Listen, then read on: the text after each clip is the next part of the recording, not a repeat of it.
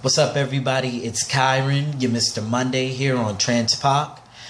Today, we are going to be talking about different community resources that people of the trans experience can find in their respective communities, or different things to look for in their respective communities. And if your respective community does not have it, maybe you can start it.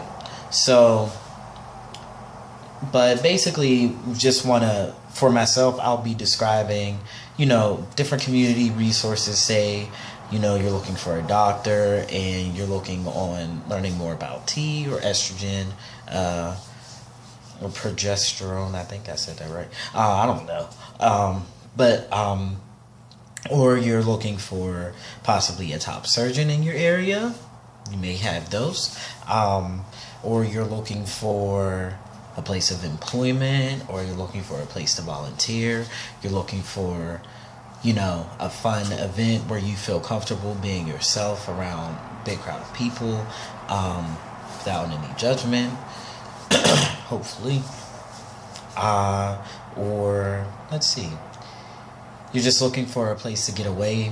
Maybe you're having a lot of troubles at home. You just need some time to yourself. So I'm just going to list those different places, and trust me, from the names that I'm listing, they're not anything like, oh, they're my favorite, or the ones that I've utilized or have heard a lot about from different people in the community. But if you ever want to know more, then just hit up that comment spot, shoot us a message through YouTube, and I'll gladly help you find that information. One thing I'm going to start with, and I actually had it written down in my little black book. I'm going to start with doctors. We talk about physical health as far as, getting the blood work to figure out where your testosterone levels to get on T, or you're just looking for a PCP to be comfortable around because there's a lot of discrimination in that area, and you want somebody who will respect your preferred pronouns, your preferred name, and things like that.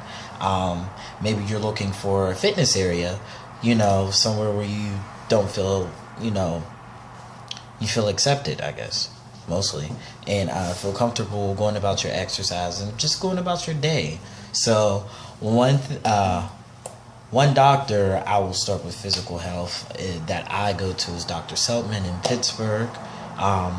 He's a really great guy, and he's walked with me since day one, 6 months before I even started T. But he's a really great guy. He's really down to earth, and he is actually a parent of a trans individual, so he's very aware of the discrimination, the stress, the fears that we have as trans folk going about the hormonal process of our transition.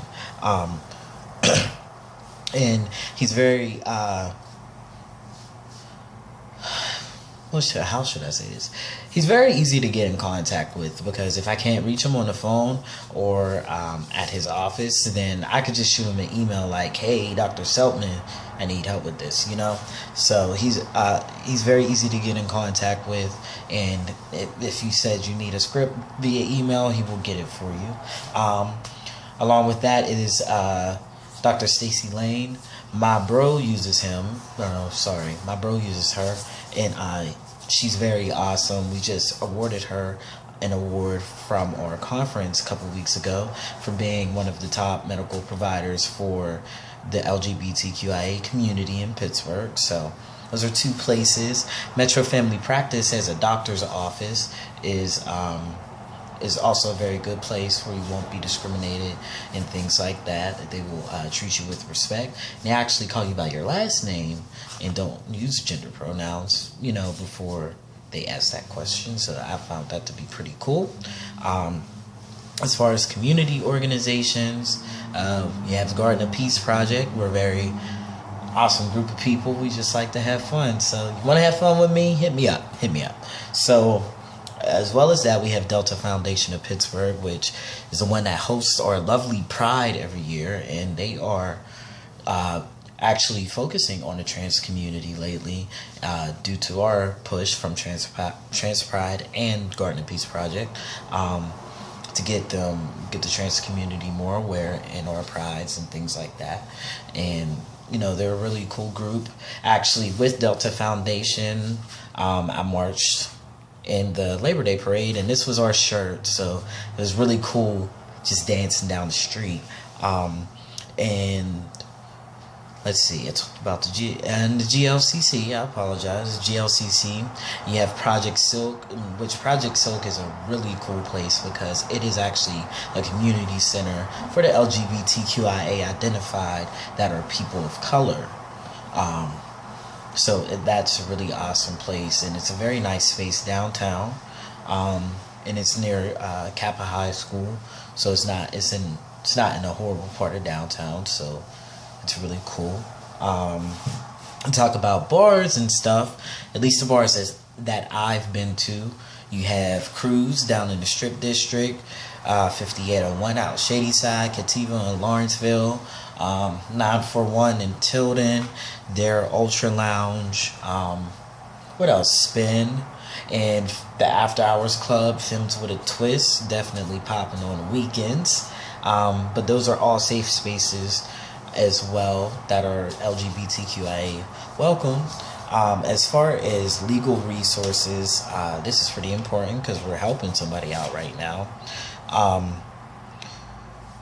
And for legal resources, as far as getting your name change done, the Transgender Legal Defense and Education Fund is looking to establish an office here. So we have recommended one of our friends to get them the paperwork to do name changes and waive the fees for those who cannot afford them at this very moment, but is really harboring them and they need their name changed. So it's awesome to be working with that group too.